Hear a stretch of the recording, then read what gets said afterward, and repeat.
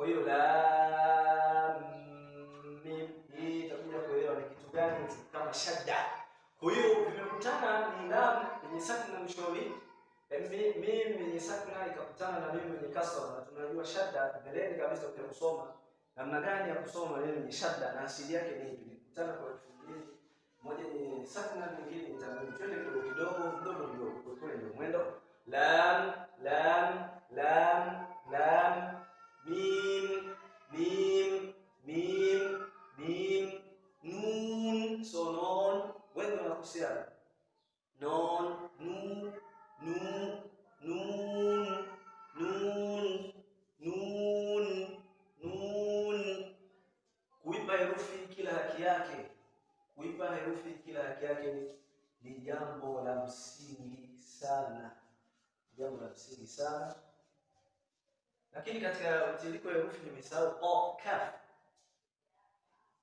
Nimesahau kaf, nirudia rafu kidogo. Kaf, nimesahau herufi kaf kwa badala ya nun nifuata waw. Nirudia rafu kidogo kwenye of, kutoka of nifuata kaf, kaf.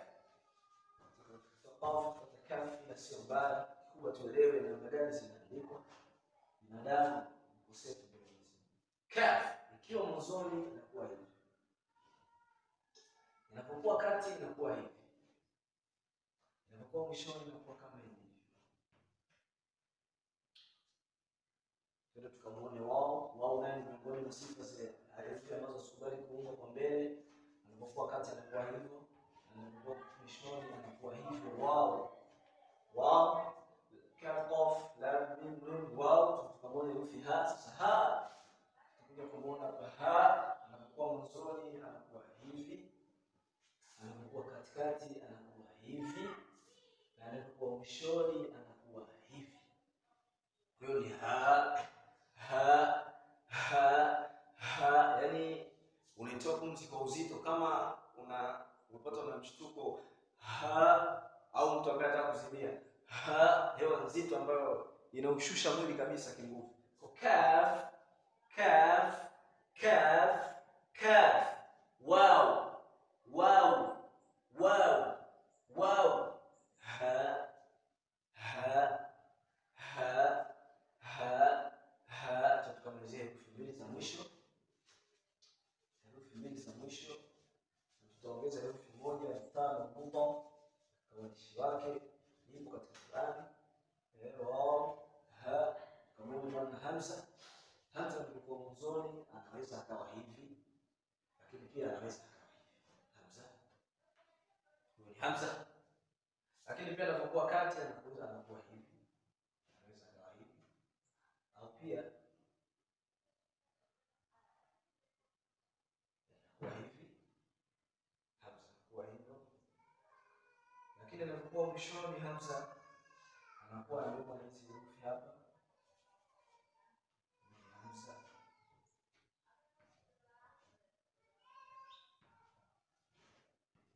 Ni pia amewekwa na herufi alif. Herufi hizi tatu, kwa nini hizi? Ni herufi za maana. Hizi herufi alif au ya herufi za maana. Kwa hizi hamza ukikuta juu hizi herufi, unaweza kusoma hii ni hamza, hamza, hamza, hamza, hamza, hamza, hamza, hamza, hamza, hamza. Tukamwona bwana ya herufi ya mwisho. Herufi ya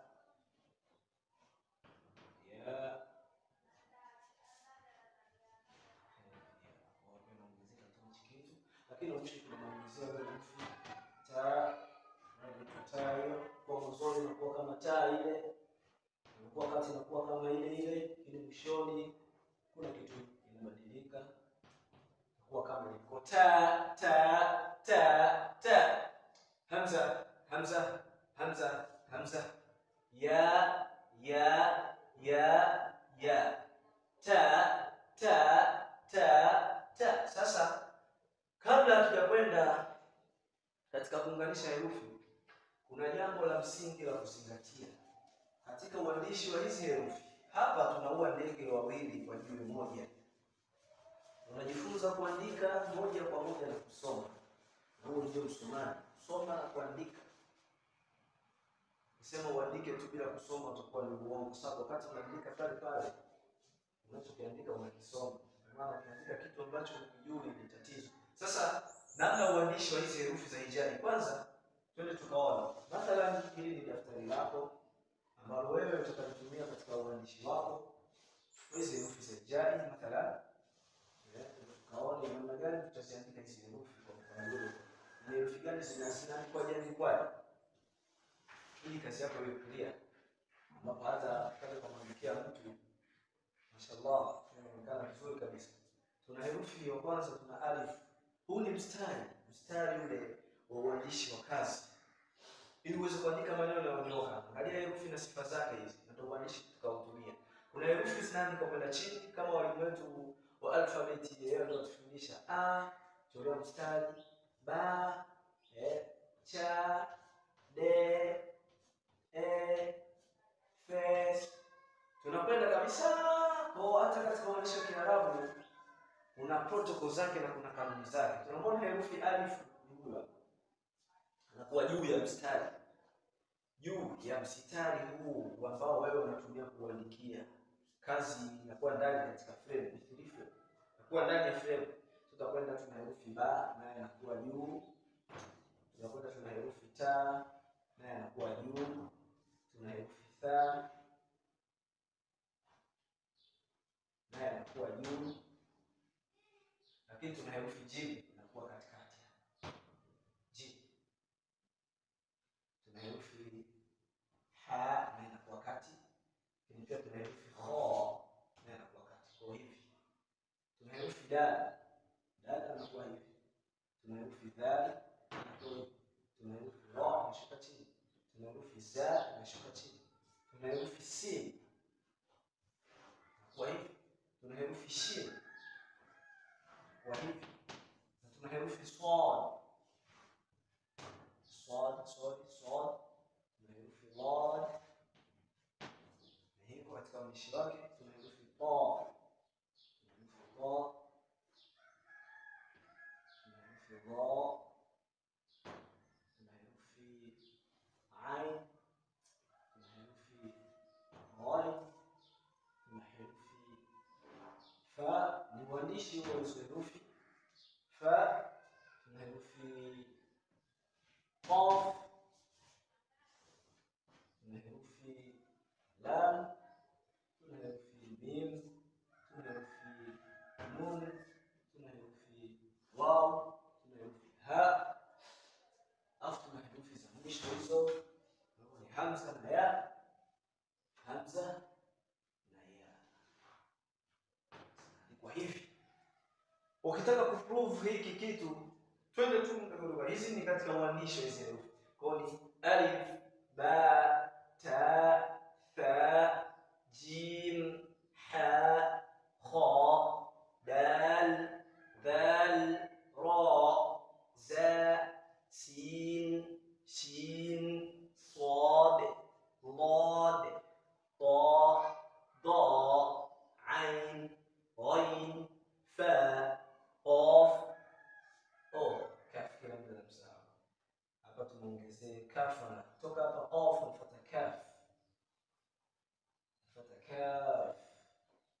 Kaf, lam, mim, nun, waw, ha, hamza, ya.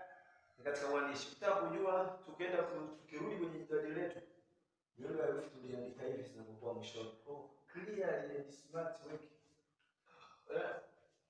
Zinapokuwa mwishoni zinaongezeka hichi kitu hapa. Kwa wewe wala kabisa moja kwa moja ndio uandishi wetu wa lugha ya Kiarabu. Huu katika mfano herufi zinapokuwa na zinapoandikwa. Sasa twende tukaone sasa kwenye kuyaunga maneno. Kwenye kuunganisha herufi sasa hapa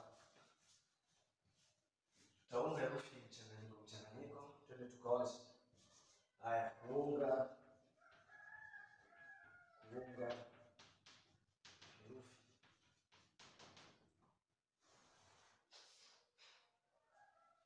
Tuwe na mfano wa kwanza. Tunataka tumuunge herufi ba, alif,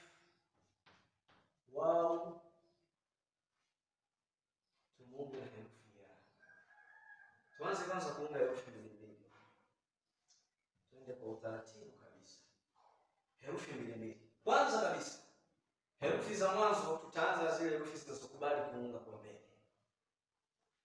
Tutakuja kuunga herufi ambazo hazikubali kwenda kwa mbele. Kwanza, mfano wa kwanza tutaunga hichi kitu. Sasa hapa tuna ba. Katika kuunganisha herufi, nilikwambia katika kuandika Kiarabu, nimewaambia tunaanza hapa kulia kwenda kushoto. Starting point. Anayetembea anaelekea mbele. Na uelekeo uliokuwa mzuri ni ule ambao umeelekezwa. Uelekeo uliokuwa mzuri ni ule ambao umeelekezwa. Na always uelekeo uliokuwa mzuri ni mbele, forward direction. Not backward direction. Kwa unavyoambiwa nenda uelekeo uliokuwa mzuri, unarudi nyuma nyuma, utakuwa umehalifu. Uelekeo mzuri ni kulia kwenda kushoto. Kulia. Unaanza kulia au kushoto unaenda kulia. Sasa katika uandishi wa Kiarabu tunaanza kulia kwenda kushoto. Ndio protocol zetu wa Islam. Tunaanza mambo kulia yanafuata kushoto.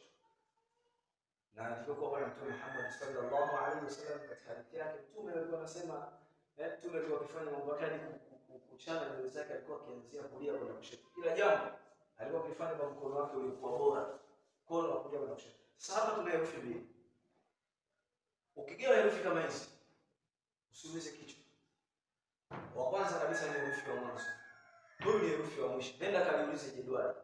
Kama ba yupo mwanzoni, ba yupo mwanzoni, na katika kuunga herufi tunatumia miundo. Twende taratibu tukaone tunaungaje maneno yetu.